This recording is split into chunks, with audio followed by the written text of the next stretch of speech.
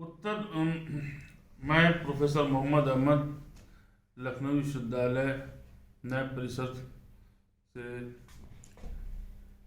उत्तर प्रदेश राजस्व संहिता की सन 2006 की प्रस्तावना या इसके उद्देश्यों के बारे में अपने ज्ञानों का आदान प्रदान करने जा रहा हूँ क्या कर रहा हूँ। उत्तर प्रदेश राजस्व संहिता 2006 का संहिताकरण एवं इसके प्रभाव में लाए जाने का क्या कारण था। इसके लाए जाने का मुख्य कारण ये था कि उत्तर प्रदेश सरकार के जो आकलन था उसके अनुसार जमींदारी उत्तर प्रदेश जमींदारी विनाश एवं भूमि व्यवस्था अधिनियम 1950 में अनेकों प्रावधान ऐसे थे जो कि आधी शताब्दी बीत जाने के बाद वो निरर्थक हो गए थे, यूजलेस हो गए थे।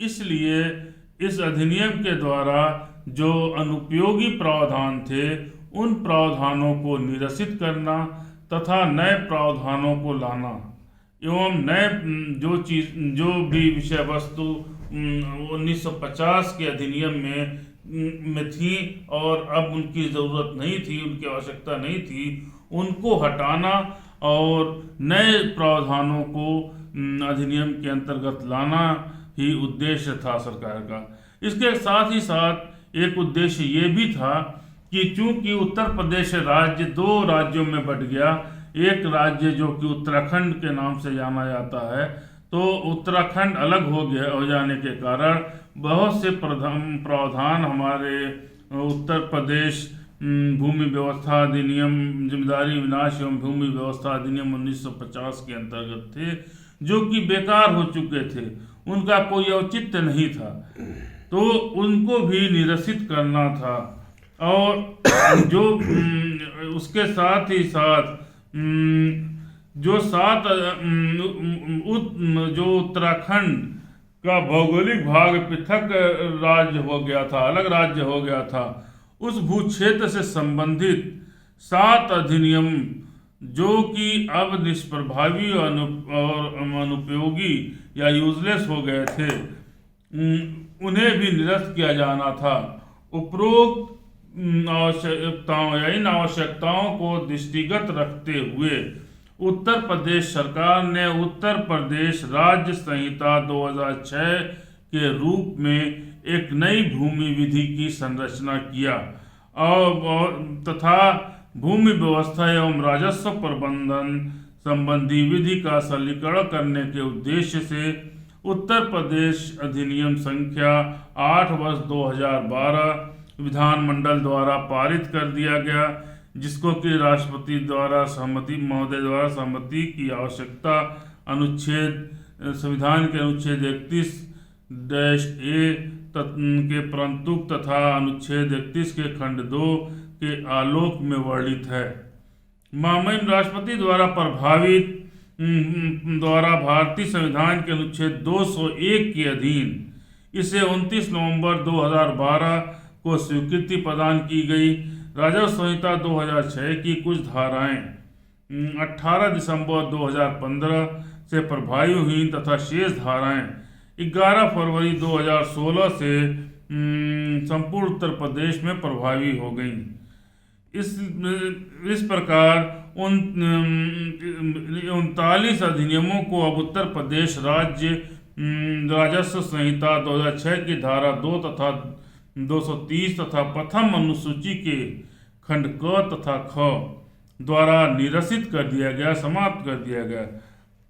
इस संहिता में कुल 234 धाराएं और 4 अनुसूचियां हैं। पहली अनुसूची के खंड क और ख में उन सभी 39 अनुसूचियों को सूचीबद्ध किया गया है जिन्हें धारा 2 तथा 230 के द्वारा निरसित किया गया है। द्वितीय अनुसूची की धारा 206 के खंड 2 के संदर्भ में है तथा इसमें दीवानी न्यायालय के क्षेत्राधिकार से बाहर के 16 विषयों का वर्णन है। तृतीय अनुसूची धाराओं 206, 207 एवं 208 के संबंध में है तथा इसमें संहिता की विभिन्न धाराओं के अंतर्गत प्रस्तुत वाद, आवेदन की विषय वस्तु, सक्षम अधिकारी, न्यायालय एवं प्रथम व द्वितीय अपील की उपलब्धता का वर्णन है। चतुर्थ अनुसूची खंड क व ख में विभक्त है, जो कि धारा 222 से संबंधित है। इसमें क्रमशः परगना अहरौरा के 19 ग्राम व परगना भगवत के 18 ग्रामों की सूची प्रदान की गई है। इस अधिनियम का जो शीर्षक है वह अधिनियम के धारा 1 के खंड 1 में के अनुसार अधिनियम को उत्तर प्रदेश राजस्व संहिता अधिनियम 2006 कहा जाएगा। धारा 1 के खंड 2 के अंतर्गत इसका भौगोलिक क्षेत्राधिकार संपूर्ण उत्तर प्रदेश कहा गया है। इस अधिनियम की धारा 1 के खंड 3 में इस संहिता के लागू होने की तिथि वही कही गई है जैसा कि राज्य सरकार सूचना द्वारा घोषित करे। विभिन्न क्षेत्रों एवं संहिता के विभिन्न प्रावधानों के लिए विभिन्न तिथियों का निर्धारण भी राज्य सरकार ही करेगी। उपरोक्त शक्ति का प्रयोग करते हुए उत्तर प्रदेश के महामहिम राज्यपाल द्वारा क्रमशः संहिता की धाराएं दिनांक 18 दिसंबर 2015 से प्रभावी घोषित की गई।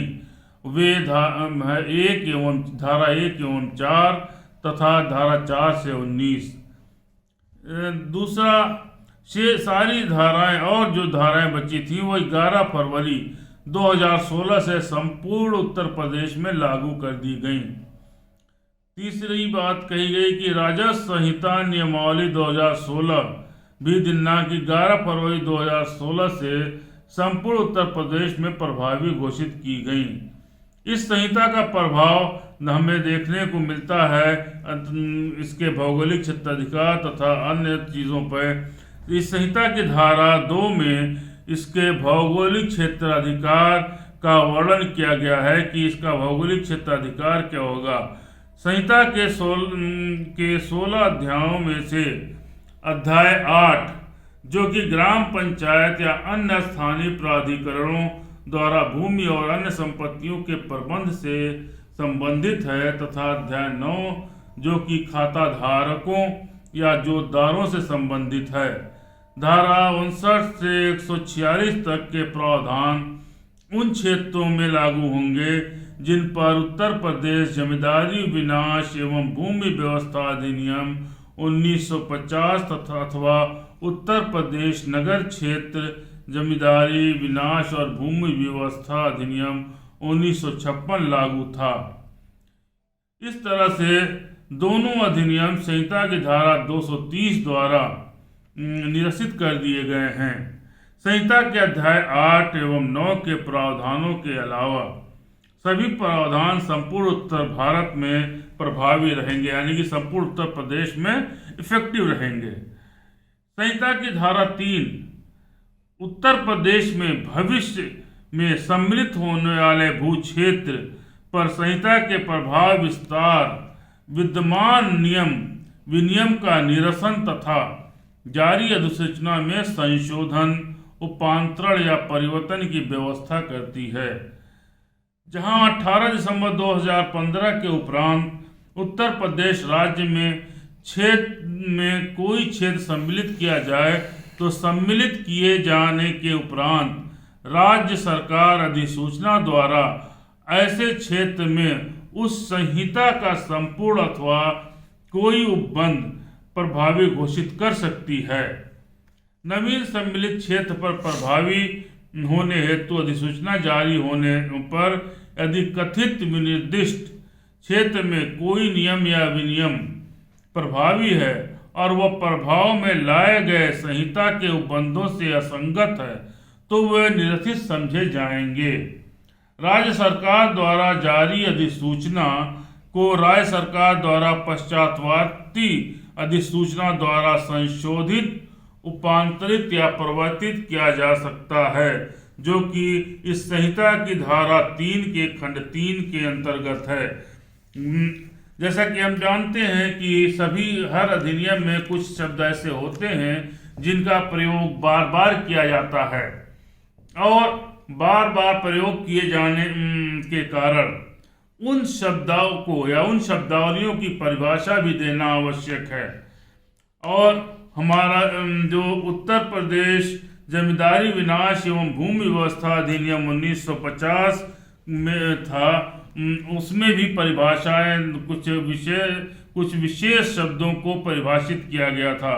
उसी प्रकार से इस अधिनियम यानी कि उत्तर प्रदेश राजस्व संहिता अधिनियम 2006 में भी इनको परिभाषित किया गया है। और परिभाषित किया जाने से ये स्पष्ट हो जाता है, इन शब्द या हम ये कह सकते हैं कि इन शब्दों का विशेष अर्थ में प्रयोग होता है और प्रयोग और उपयोगिता की दृष्टि से इन्हें परिभाषित किया जाना और इनका मानक अर्थ प्रदान किया जाना आवश्यक है। यह कार्य निरसित उत्तर प्रदेश जमींदारी विनाश एवं भूमि सुधार अधिनियम 1950 में भी किया गया था। संहिता में परिभाषित किए गए शब्दों की संख्या 29 है।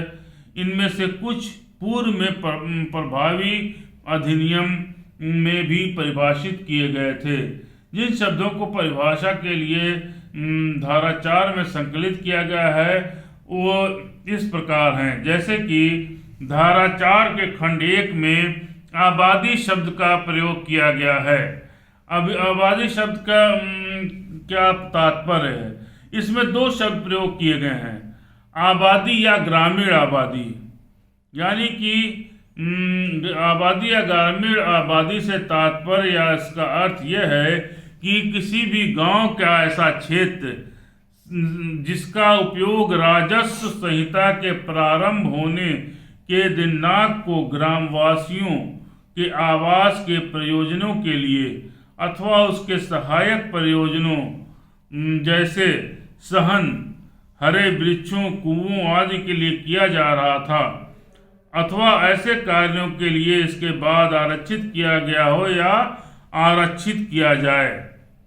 शब्द आबादी एवं ग्रामीण आबादी को भली भांति से समझने के लिए हमें निरसित उत्तर प्रदेश जमींदारी विनाश एवं भूमि सुधार व्यवस्था अधिनियम 1950 की धारा 6 में परिभाषा को देखना जरूरी है। वहाँ आबादी स्थल का प्रयोग किया गया, यानी कि पूर्व का जो अधिनियम था वहाँ पर आबादी या ग्रामीण आबादी के स्थान पे स्पष्ट रूप से आबादी स्थल शब्द प्रयोग किया गया था। आबादी स्थल क्या होता है? यह वह भूमि है जहाँ की भवन का निर्माण होता है। इस भवन निर्मित है। इस भूमि के साथ कुओं के स्थान, उसकी जगह या मकान का सामने सहन व पीछे का भाग जो कि खाली है तथा वह भाग जिस पर वृक्ष लगे हैं सभी आबादी में सम्मिलित माने गए थे तथा जमींदारी समापन के साथ राज्य में निहित हो गए थे। निरसित अधिनियम की धारा 3 के खंड 8 में आस्थान में आबादी की भूमि को सम्मिलित किया गया था। अब यहाँ पे एक शब्द और परिभाषित किया गया है जो कि उत्तर प्रदेश राजस्व संहिता अधिनियम 2006 के अंतर्गत किया गया है। उसके इस अधिनियम के या इस संहिता के धारा 4 के खंड 2 के अंतर्गत कृषि शब्द को परिभाषित किया गया है, जिसमें यह कहा गया है कि कृषि शब्द समावेशी है, अर्थात इसमें उन गतिविधियों को संग्रहित किया गया है जिन्हें कृषि कहा जाएगा। कृषक द्वारा किए गए कार्य जिनसे वह आजीविका अर्जन करता है कृषि की परिभाषा में सम्मिलित किया गया है, जैसे बागवानी, पशुपालन, मत्स्य पालन, फूलों की खेती, मधुमक्खी या मौन पालन, पोल्ट्री फार्म या कुक्कुट पालन को कृषि कहा गया है। संक्षेप में अगर हम कहें तो किसी शब्द का कार्य व उद्देश्य की का संयुक्त प्रकटीकरण है। उत्तर प्रदेश कृषि एवं कृषि उद्देश्य अधिनियम 1973 की परिभाषा के खंड की धारा 2 क के कृषि व कृषि के उद्देश्य की जो परिभाषा दी गई है वह इस प्रकार है। पहला, भूमि को सुधार कर खेती योग्य बनाना। दूसरा, भूमि की सिंचित करने हेतु सिंचाई का साधन स्थापित करना। तीसरा, भूमि पर खेती करना व बागवानी करना व पुष्प उत्पादन करना। चौथा है भूमि पर अन्न उत्पादन करने हेतु फसलें उगाना। पांचवा, उगी फसलों की मड़ाई गहराई करना। छठा है वृक्षारोपण व सामाजिक वानिकी संबंधी कार्य। सातवां, पशुपालन। आठवां, कुक्कुट पालन। नौवां, मीन पालन। 10वां, शूकर पालन। 11वां, मछलियों की अंगुलिकाओं का उत्पादन करना। एवं 12वां जो है वह दुग्ध उत्पादन यानी कि डेयरी व्यवस्था तथा इन सभी गतिविधियों से प्राप्त उत्पादों का संरक्षण एवं विपणन करना कृषि व कृषि उद्देश्य के रूप में परिभाषित किया गया है। सर, इस अधिनियम में एक और बात सामने आती है जिसमें कृषि श्रमिक की परिभाषा दी गई है। कृषि श्रमिक की परिभाषा देते हुए ये बात कही गई है कि कृषि श्रमिक शब्द युग्म है जो कि कृषि व श्रमिक किसी को मिलाकर बना है। इसका सामासिक अर्थान्वयन करें तो अर्थ होता है कि कृषि कार्य करने वाला वह श्रमिक या कृषि कार्य करने वाला श्रमिक अथवा जो अपने श्रम का उपयोग कृषि कार्य करने हेतु करता है। और संहिता में कृषि श्रमिक को ऐसा व्यक्ति माना गया है जिसकी आजीविका का मुख्य स्रोत कृषि भूमि पर शारीरिक श्रम है, अर्थात वह व्यक्ति जो भूमि संबंधी कार्य में श्रम के उपयोग से जीविकोपार्जन अर्जित करता है वह कृषि श्रमिक कहलाता है। और यह इस संहिता की धारा 4 के खंड 3 में वर्णित है। और इस संहिता की धारा 4 के खंड 4 में बैंक शब्द को परिभाषित किया गया है, जिसमें ये कहा गया है कि बैंक का अर्थ या आशय वही होगा जैसा कि उत्तर प्रदेश साहूकारी विनियमन अधिनियम 1976 में वर्णित है, जिसके अनुसार बैंक वह संस्था है जो साधारणतः रुपयों के आदान प्रदान का व्यवसाय करती है तथा दिए गए ऋण राशि पर वापस भुगतान के समय ऋणी से निर्धारित दर से ब्याज प्राप्त करती है। ऐसी संस्था की गतिविधियां भारतीय रिजर्व बैंक द्वारा समय समय पर जारी की आदेशों व दिशा निर्देशों से संचालित व नियंत्रित होती हैं। भूमि प्रबंधक समिति के बारे में इस उत्तर प्रदेश राजस्व संहिता 2006 की धारा 4 के खंड 5 के अंतर्गत भूमि प्रबंधक समिति के बारे में बताया गया है, जिसका अर्थ होता है उत्तर प्रदेश पंचायत राज अधिनियम 1947 की धारा 28 के अधीन गठित किसी भूमि प्रबंधक समिति से है।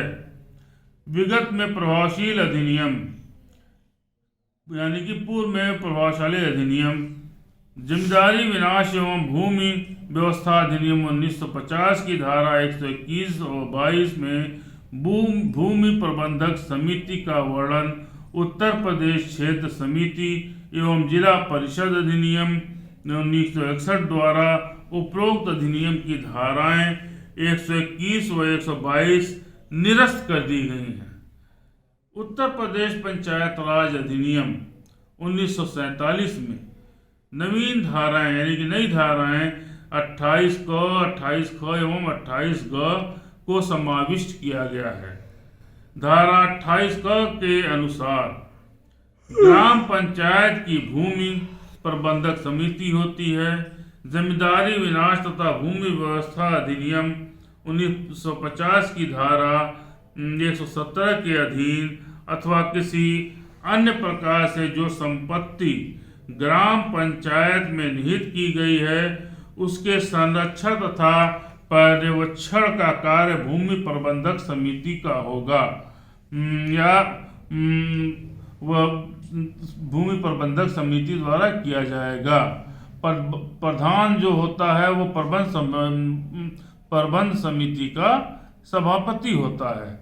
ग्राम सभा में निहित संपूर्ण भूमि ग्राम सभा सीमा में स्थित वन वृक्ष आबादी के वृक्षों के अतिरिक्त तालाबों, मिराशियों, पोखरों, जल प्रवाह प्रणालियों, मार्गों, आबादी स्थल पर आबादी के वृक्षों के अतिरिक्त आबादी स्थल पर आयोजित होने वाले बाजार, मेला की सामान्य देख रेख, नियंत्रण, प्रबंधन एवं संरक्षण का अधिकार भूमि प्रबंधक समिति का होता है।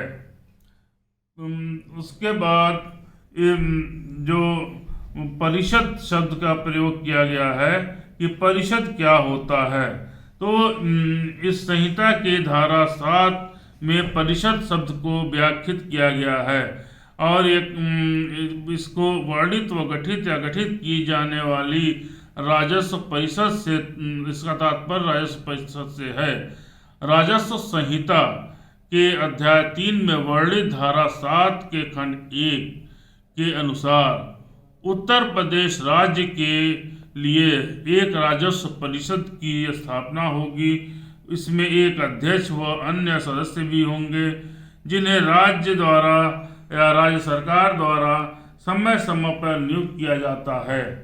उल्लेखनीय यह स्पष्ट है कि प्रस्तुत संहिता के प्रभाव में आने से पूर्व भू राजस्व अधिनियम 1901 की धारा 6 के अंतर्गत राजस्व परिषद का गठन होता था। आधिकारिकता की दृष्टि से राजस्व परिषद भू राजस्व संबंधी विवादों का निर्धारण करने वाला राज्य स्तरीय सर्वोच्च न्यायालय होता था। उच्च न्यायालय की भांति इसके निर्णय भी अधीनस्थ राजस्व न्यायालय पर बाध्यकारी होते हैं। इसके निर्णय अपील योग्य नहीं होते हैं। विवादित प्रश्नों को उच्च न्यायालय में मूल क्षेत्र अधिकार अनुच्छेद 226 के अंतर्गत चुनौती दी जा सकती है। उच्च न्यायालय द्वारा परमादेश जारी कर राजस्व परिषद के आदेश अथवा राजस्व परिषद के अधीनस्थ न्यायालयों के द्वारा पारित आदेशों को समाप्त किया जा सकता है। परिषद के गठन के विषय में यह स्पष्ट है कि सरकार द्वारा अध्यक्ष व अन्य सदस्यों की नियुक्ति की जाती है और संहिता की धारा 8 में राजस्व परिषद की अधिकारिता का वर्णन है। उसके बाद हम बात करते हैं कि पूर्त संस्था यानी कि खैराती। पूर्त संस्था से अर्थ ऐसी संस्था से है जो सर्वजन हितार्थ, पुण्यार्थ अथवा दान के उद्देश्यों को कार्यशील करती है। खैराती या पूर्त पुण्यार्थ उद्देश्यों में चिकित्सा, शिक्षा, आश्रम, निर्धन व निराश्रितों को भोजन, वस्त्र व दैनिक आवश्यकताओं की वस्तुओं की आपूर्ति जैसे कार्य आते हैं। खैराती कार्यों की कोई सीमित सूची नहीं हो सकती, इसलिए ऐसा कोई कार्य जिससे समाज को लाभ पहुँचे और तथा जिस हेतु उसे मूल्य न देना हो खैराती कार्य होगा। खैराती कार्यों को किसी धर्म अथवा आस्था के विचार से संलग्न करने पर यह धर्मदाय होगा, न कि पूर्त कार्य।